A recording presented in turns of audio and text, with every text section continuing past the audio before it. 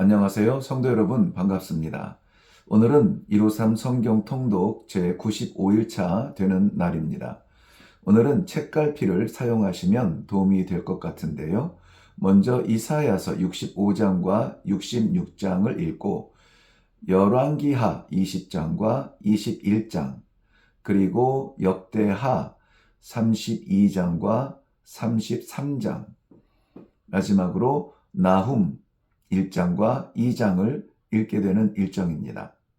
먼저 우리 이사야서 65장을 펼치시고 내용을 같이 보겠습니다.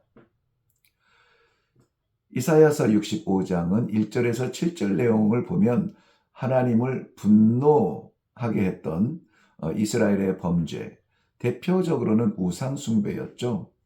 3절에 특별히 강조하고 있는데요.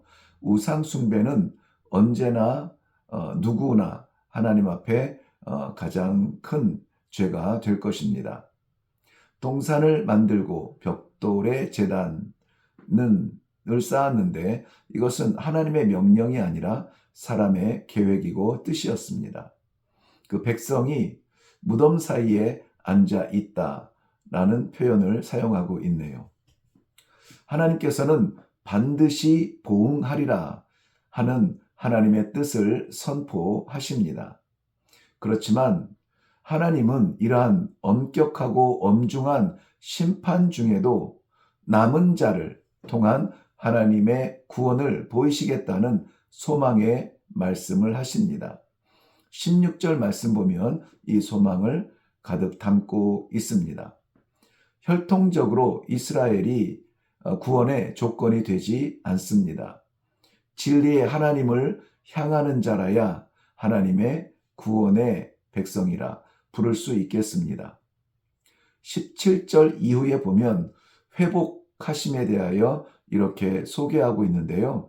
하나님께서 회복하시는 데에는 두 가지 특징이 있습니다. 먼저는 기쁨이 회복이 되어져요.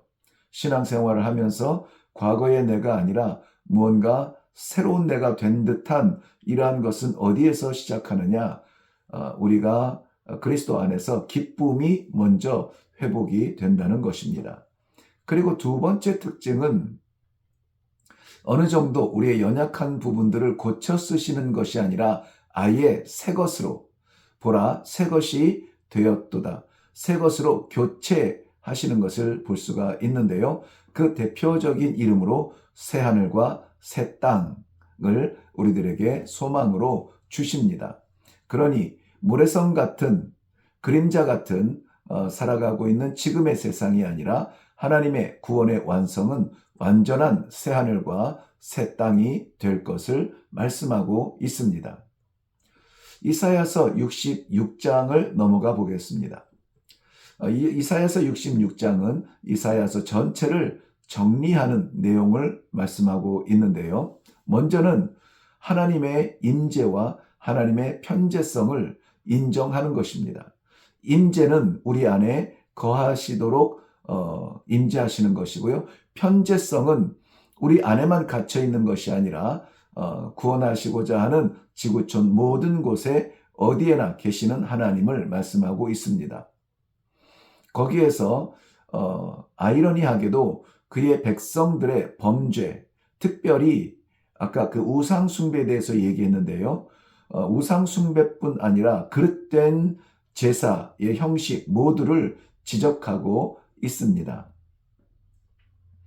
그렇지만 그러한 가운데에서 하나님의 말씀으로 인하여 떠는 자들, 이 심령이 떠는 자들인데요. 말씀에 도전이 되고, 말씀에 어떤 그 깨달음이 되고, 그러한 떠는 자들, 그들로 인하여서 이 회복의 소망을 5절부터 17절까지 이 긴 내용을 통하여서 저희들에게 가르쳐 주고 있습니다.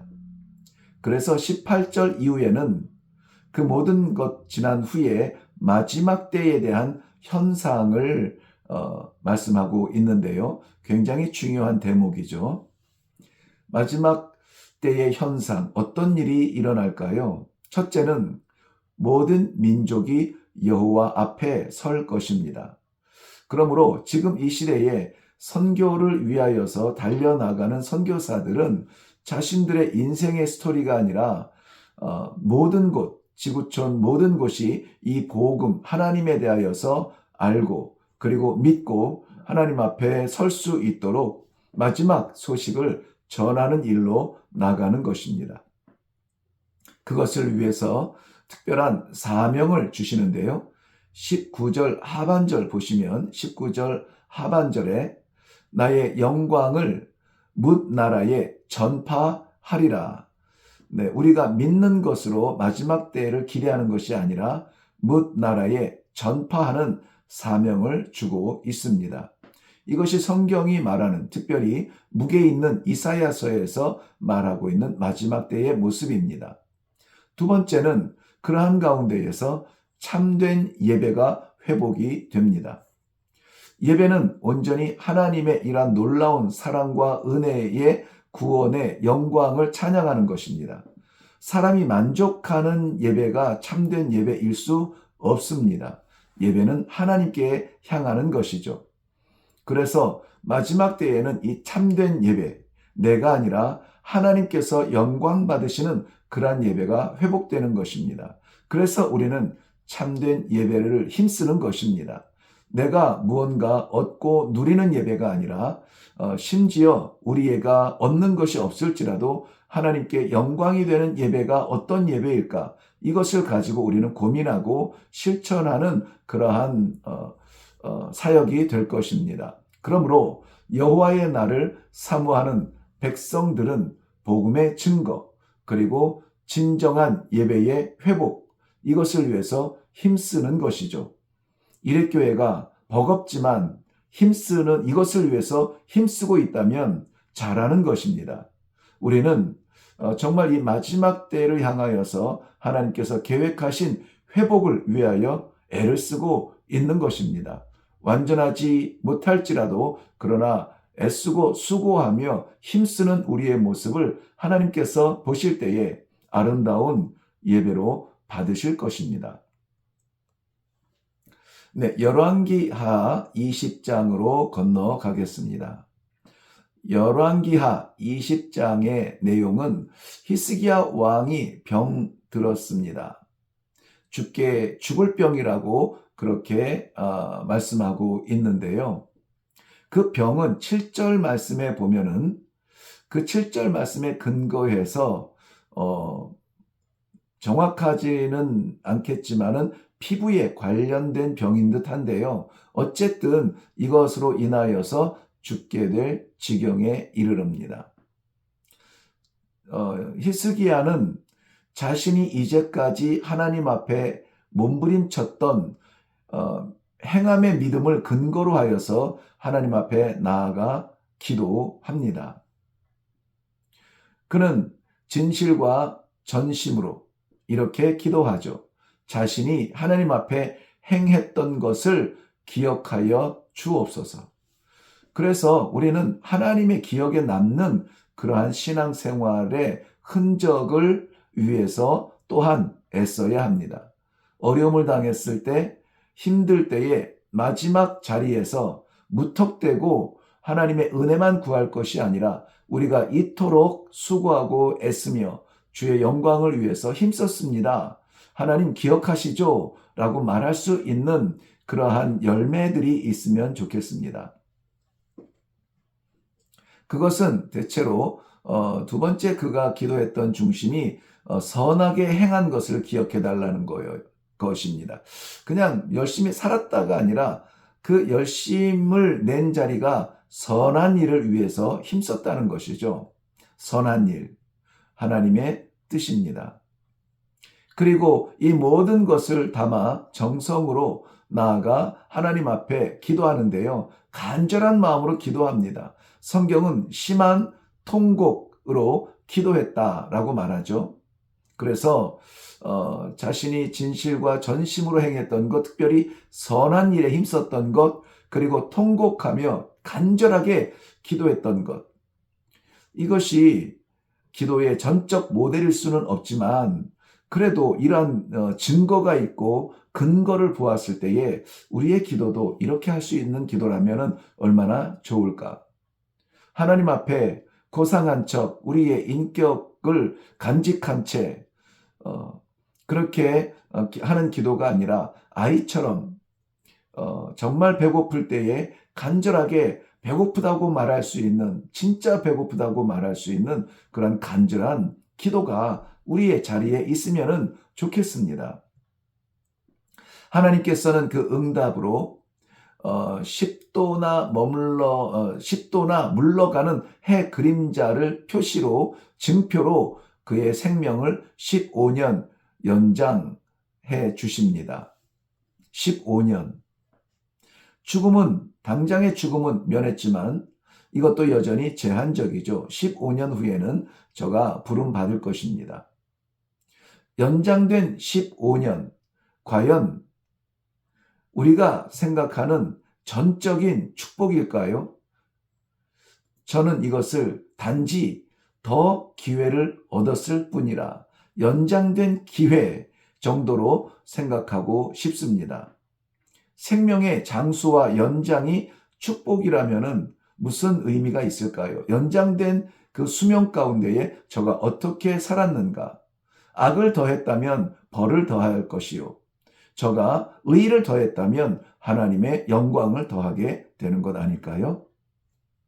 히스기야는 연장된 생명의 기간에 찾아온 바벨론 사신들에게 우리 잘 아는 내용대로 자신의 창고의 풍요를 자랑하느라 하나님의 은혜를 증거하지 못했습니다. 그럴 때에 그가 자랑한 그 모든 것이 어떻게 됩니까? 창고에서 간직된 것이 아니라 그것을 본 바벨론에 의해서 다 빼앗기게 됩니다. 그렇기 때문에 우리가 누리고 있는 이 물질을 자랑할 것이 아니라 나를 나되게 하신 하나님을 자랑한다면 빼앗기지 않는 보석이 되겠죠. 히스기야 왕은 보이지 않는 것이 없는 것이 아니라 보여야 하는 유일한 것을 보이지 않았습니다. 어쩌면 우리가 침묵하는 그것과 같은 것이겠죠.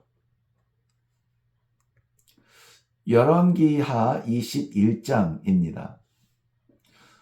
본문을 보면은 좀 무서운 표현이 하나 기록되어져 있는데요. 긴장할 수밖에 없는 표현인데요. 13절입니다. 열왕기하 21장 13절. 사람이 접시를 닦아 엎어 놓은 것처럼 내가 예루살렘을 말끔히 닦아내겠다는 말씀입니다. 접시를 깨끗하게 닦는 것도 이것도 심판의 일종인데요. 그것을 엎어 놓아서 일말의 남김이 없이 쏟아지게 하겠다는 말씀이죠. 도대체 왜 하나님께서 소중한 예루살렘을, 귀중한 유다 백성을 엎어 놓으실까요? 오늘의 인물 므낫세를 살펴보면 우리는 알 수 있습니다. 므낫세는 기록된 대로 보면 7가지 삶의 모습을 남겨놓았습니다. 첫째, 2절에 보면 여호와께서 이스라엘 자손이 보는 앞에서 쫓아낸 이방 사람들의 역겨운 풍습을 따랐습니다. 두 번째는 3절, 산당을 다시 세웠습니다. 세 번째는 3절에 동일하게 바알을 위하여 제단을 쌓고 아세라를 위하여 경배를 합니다. 다 대표적 우상이죠. 대표적 풍요를 위해 섬겼던 우상입니다. 그 다음 네 번째, 3절에 동일하게 1월 성신을 숭배합니다. 해와 달과 별들로 점치고 그것에 의해서 풍요를 꿈꾸는 그러한 숭배를 하게 되죠. 다섯 번째는 4절과 5절, 6절까지 연결되는 내용인데요. 그것을 여호와의 성전 안에 우상의 제단을 세웁니다. 거룩한 성전에 거룩하지 않은 것을 세우죠. 6절 말씀 보면 여섯 번째 내용이 될 텐데요. 자기의 아들을 우상 앞에 번제물로 실제적으로 불살라 바칩니다. 몰록에게 바치는 제물의 습관이죠.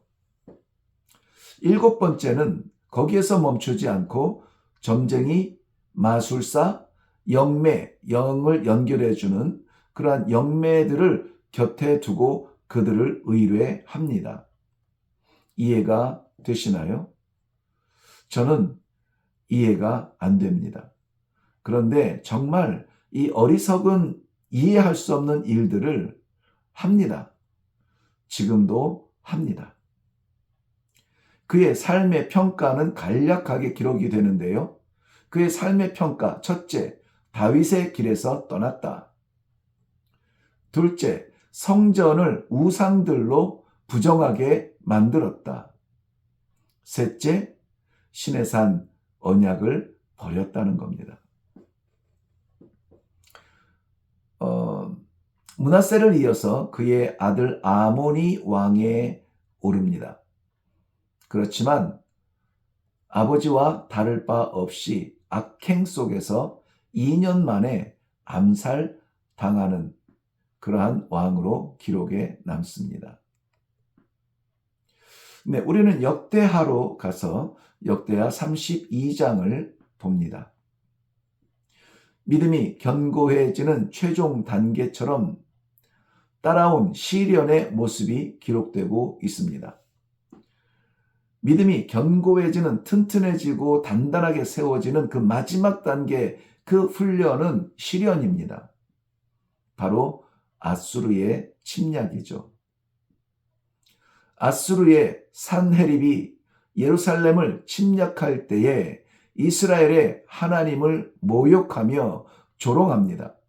그 하나님을 신뢰하자고 말하는 왕 히스기야와 백성을 비방하면서 그 신이 너희를 구하지 못할 것이라며 여호와를 욕합니다. 18절 말씀에 보면 하나님께서 한 천사, 여기는 이 한 천사 분명히 단수입니다. 한 천사를 보내어 열왕기하 19장 35절에 기록된 것을 보면 그 숫자가 18만 5천 명인데요. 18만 5천 명을 하룻밤 사이에 시체로 만들어 버립니다. 사네립은 도망칠 수는 있었지만 자기 고국으로 돌아가 왕궁에 이르렀을 때에 18만 5천 명을 죽음에 이르게 한 그 왕, 피난하여 도망온 왕을 그 자신의 아들들이 그 왕을 죽입니다. 아들들에 의해서 살해당하죠. 그런데 히스기야에게 또 한 번의 시련이 찾아옵니다. 우리 이미 살펴본 대로 그 시련은 중병이었죠. 그런데 저의 기도 가운데 하나님께서 15년의 생명을 연장시켜 주셨습니다. 성전의 예배, 나라를 지키는 그러한 국가 수호, 백성의 혈통, 죽음의 질병 극복하는 놀라운 기적, 전쟁도 질병도 하나님 앞에서 다 이겨내고 백성들의 절대 지지를 받던 히스기야. 그런데 그만 보이지 않는 마음의 교만 앞에 신앙의 오점을 남기게 됩니다. 문병은 바벨론의 사자에게 보여준 것이 하나님의 영광이 아니라 자신이 건재하다는 표시로 창고를 열어 자신의 능력과 재물을 자랑했죠. 끝까지 나의 나 된 것이 하나님의 은혜임을 잊지 않는 성도가 되시기를 바랍니다. 네, 역대하 33장입니다. 히스기야의 아들 므낫세 왕, 그리고 아몬 왕의 이야기입니다. 이미 읽어서 내용은 짐작할 수 있겠죠. 그런데 역대하 33장 21절에 보면 그 후에 아몬 왕부터 우리가 살펴보면은 좀 내용이 더 이해가 될 텐데요. 아몬 왕은 남유다의 왕으로서는 흔하지 않게 반역의 암살로 왕국에서 죽게 됩니다. 반역의 암살. 왜 그랬을까요? 왜 이런 비참한 죽음으로 던져지도록 바른 길을 찾지 못했을까요? 그것은 그의 아버지 므낫세의 악행을 따라갔기 때문입니다. 므낫세 왕은 히스기야 왕의 아들로 왕 위에 오릅니다. 여호와 보시기에 악을 행했다는 내용이 2절부터 9절까지 기록되어져 있습니다. 하나님께서 말씀하시지만 왕도 백성도 듣지 않습니다. 귀를 막습니다. 이방의 지팡이 아수르를 들어서 예루살렘을 치고 왕 므낫세를 포로로 끌고 갑니다. 바벨론의 감옥에서 므낫세는 회개하지만 하나님께서 회개한 므낫세를 다시 돌려보냅니다. 므낫세 왕이 돌아와서 살아계신 하나님의 제단을 보수하고 화목제와 감사제를 드리고 백성들에게 여호와를 섬기라며 자신이 체험한 하나님을 선포합니다. 므낫세는 악행으로 시작했지만 회개로 돌아서고, 그러나 그 회개의 모습이 아니라 이전에 악행을 따라갔던 아몬은 악행의 끈을 놓지 않습니다. 우리는 모두 부족함 가운데 시작합니다. 완전하지 못하죠. 말씀 앞에 따가운 책망을 대하게 됩니다. 그렇지만 우리의 결과는 다를 것입니다. 백성들이 새로운 왕 아몬을 보니 겸손으로 회복한 므낫세가 아니라 교만으로 행했던 므낫세의 길을 따르는 아몬을 봅니다. 백성들은 하나님의 심판을 두려워하는 마음으로 떨게 되죠. 그러던 가운데에 반역을 하지만 하나님이 세우신 왕을 죽인 대가로 백성들이 갚아줍니다. 어느 길을 따를 것인가? 역사를 통해서 알게 하신 것. 이것은 이러한 끔찍한 역사 한 편을 보면서 두려운 마음이 아니라 오히려 하나님의 은혜입니다. 가야 될 길과 돌아서야 될 길을 알게 하시죠. 마지막 우리는 소선지서 중에 하나인 나훔으로 넘어갑니다. 나훔 1장입니다. 나훔 선지자는 히스기야, 이사야 선지자와 동시대에 사역했던 선지자죠. 요나 선지자를 통해서 하나님의 심판을 면했던 니느웨에 대한 경고입니다. 약 150년이나 지난 후에 니느웨는 다시 하나님을 잊어버리죠. 나훔 선지자는 하나님에 대하여서 누구며 어떤 분인가 소개하고 있습니다. 사악한 자들에게는 두려움을, 하나님을 바라보는 성도들에게는 위로가 되는 말씀입니다. 바로 하나님의 능력이 대적을 심판하시고 백성을 보호하신다는 바로 하나님의 약속의 내용입니다. 결국 이 말씀을 듣고 있는 유다의 귀를 열기 위해서 경고로 1장이 끝납니다. 이사야서 52장과 비교하면은 이해하는데 도움이 될 것 같습니다. 나훔 2장입니다. 나훔 2장은 파괴하는 자가 너를 치러 올라왔다는 말씀을 기록하고 있는데요. 이것은 계획된 것이 아니라 이미 실행된 모습이죠. 결코 누구도 거역할 수 없는 말씀이라는 것이죠. 내 허리를 묶고 내 힘을 크게 굳게 할지어다. 그래도 안 됩니다. 10절 말씀을 보시면 결국 니느웨가 공허하고 황폐하게 되었다라고 말씀하십니다. 하나님을 기억하지 않는 백성은 번성하는 것 같지만 결국은 심판을 받습니다. 은과 금의 재산은 약탈당하고 성은 폐허가 되고 공포의 땅이 되는 것입니다. 하나님께서 대적이 되셔서 병거를 불사르시며 준비한 모든 것이 남김이 없게 됩니다. 우리가 열심을 내야 될 부분이 어떠한 부분인가?